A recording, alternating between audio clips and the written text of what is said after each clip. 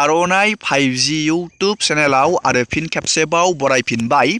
दिनैनि गोदान भिडिअ'आनो जाहैबाय LPG गेसनि बिग आपडेट लाबोनाय जादों। बेनो जाहैबाय जाय बिथांमोननाव प्रधान मन्त्रि उज्ज्वला योजनानि गेस कानेक्सन दं, नोंथांमोननि थाखाय आङो बे गोनांथार आपडेटखौ लाबोनाय जादों। बे आपडेटआनो जाहैबाय LPG KYC।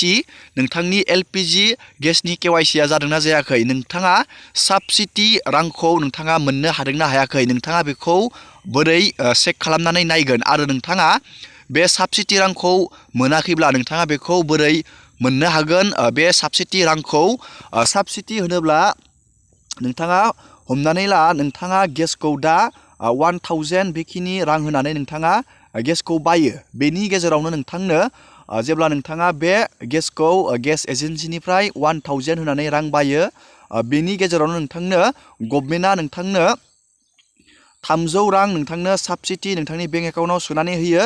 नोंथाङा गेसखौ 700आवनो नोंथाङा बे गेसखौ मोननो हायो। हमनानै ला बेबायदि नोंथाङा मोननो हायो। नोंथाङा बे रांखौ मोननो हादोंना हायाखै, साबसिडि रांखौ नोंथाङा मोननो हादोंना हायाखै, नोंथाङा बेखौ बोरै नायगोन।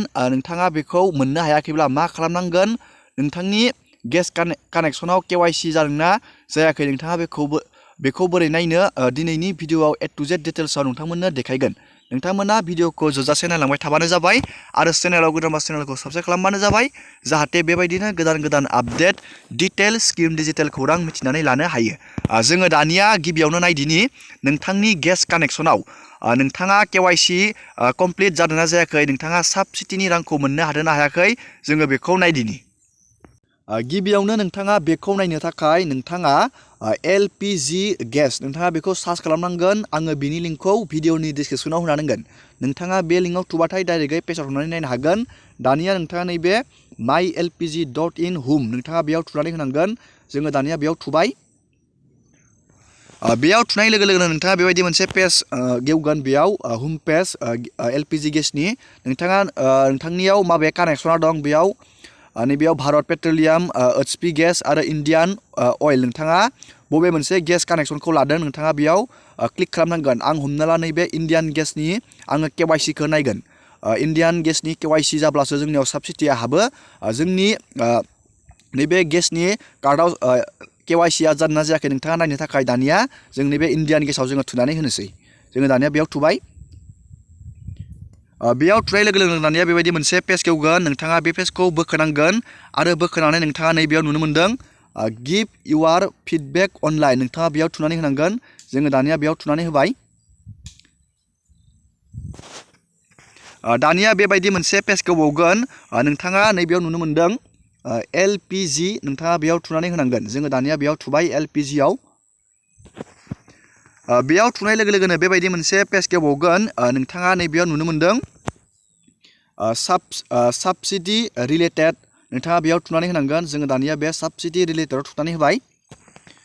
दानिया नोंथाङा नैबेयाव नुनो मोन्दों नैबे आदार लिंकिं इसुस, नोंथाङा बेयाव थुनानै होनांगोन।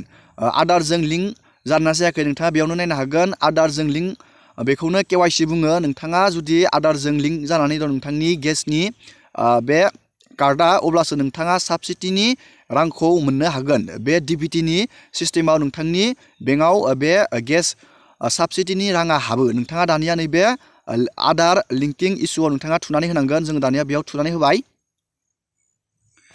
बेयाव थुनानै नोंथाङा बेयाव मोननै सिस्टेमजों नोंथाङा नायनो हागोन। गिबियावनो नोंथाङा रेजिस्टार मबाइल नाम्बारखौ नैबे बक्सआव बहायनानै नायनो हागोन आरो नोंथाङा नैबेयाव LPG आइडिजोंबो नोंथाङा नैबेयाव नायनानै लानो हागोन। जुदि नोंथांनियाव LPG आइडिया गोसोआव गैया, अब्ला नोंथाङा नैबे नाउ इउआर LPG आइडियाव थुनानै होनांगोन। अब्लाना जोङो बेयाव LPG आइडिखौ जोङो गेसनि कनजुमार नाम्बारजों जोङो नागिरनानै लानो हागोन आरो नायनो हागोन। जों दानिया नैबे नाउ इउआर LPG आइडि, जुदि नोंथांनियाव गोसोआव गैया बे LPG आइडिया, नोंथाङा बेयाव थुनानै होनांगोन। जोङो दानिया बेयाव थुबाय। दानिया नोंथाङा नैबेयाव नोंथांनि स्टेटखौ नोंथाङा बेयाव सिलेक्ट खालामनांगोन। जोङो बेयाव आसामखौ बेबायदि सिलेक्ट बानायबाय। दानिया नोंथाङा नैबेयाव नोंथांनि डिस्ट्रिक्ट, नोंथाङा माबे डिस्ट्रिक्टआव थायो, नोंथाङा बेयाव गावबा गावनि डिस्ट्रिक्टखौ सिलेक्ट बानायनांगोन। आं हमना ला बेयाव मोनसे डिस्ट्रिक्टखौ आङो बेयाव सिलेक्ट बानायबाय।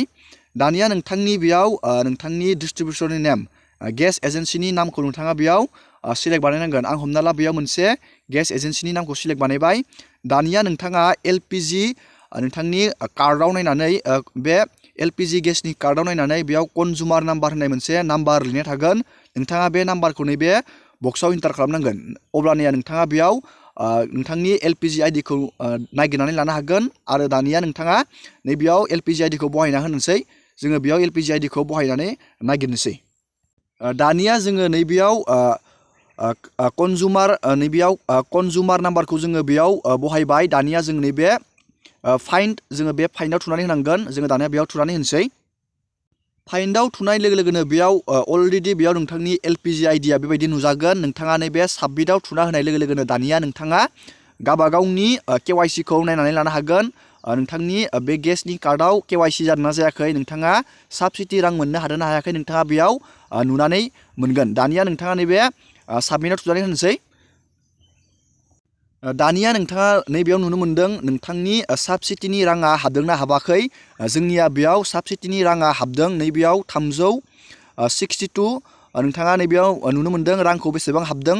जुदि नोंथांनि KYCआ बेबायदि अके जादोंब्ला बेबायदि नोंथाङा गावबागावनि साबसिडि रां हाबनायखौ बेबायदि नायनानै लानो हागोन। आरो जुदि नोंथांनि KYCआ जायाखै अब्ला नोंथाङा बेखौ सानसेनि गेजेरावनो नोंथाङा बेखौ गेस एजेन्सिनियाव थांनानै नोंथाङा आधार कार्डजों बेंक एकाउन्टजों लांनानै नोंथाङा सानसेनि गेजेरावनो बेखौ खामानि मावनानै नोंथाङा सल्भ खालामनानै लानो हागोन। आरो साबसिडिनि रांखौ नोंथाङा बेबायदिनो नोंथांनि बेंक एकाउन्टआव मोनबाय थागोन। नोंथाङा गेस सोग्राफ्रोमबो नोंथाङा बेबायदि साबसिडिनि रांखौ मोनबाय थानो हागोन। नोंथाङा बेबायदि बेखौ चेक खालामनानै लाबानो जाबाय। दिनैनि भिडिअखौ आङो बेखिनियावनो फोजोबबाय। नोंथांमोना भिडिअखौ मोजां मोनोबा लाइक खालामबानो जाबाय। एसेनोसै दिनैनि भिडिअआ।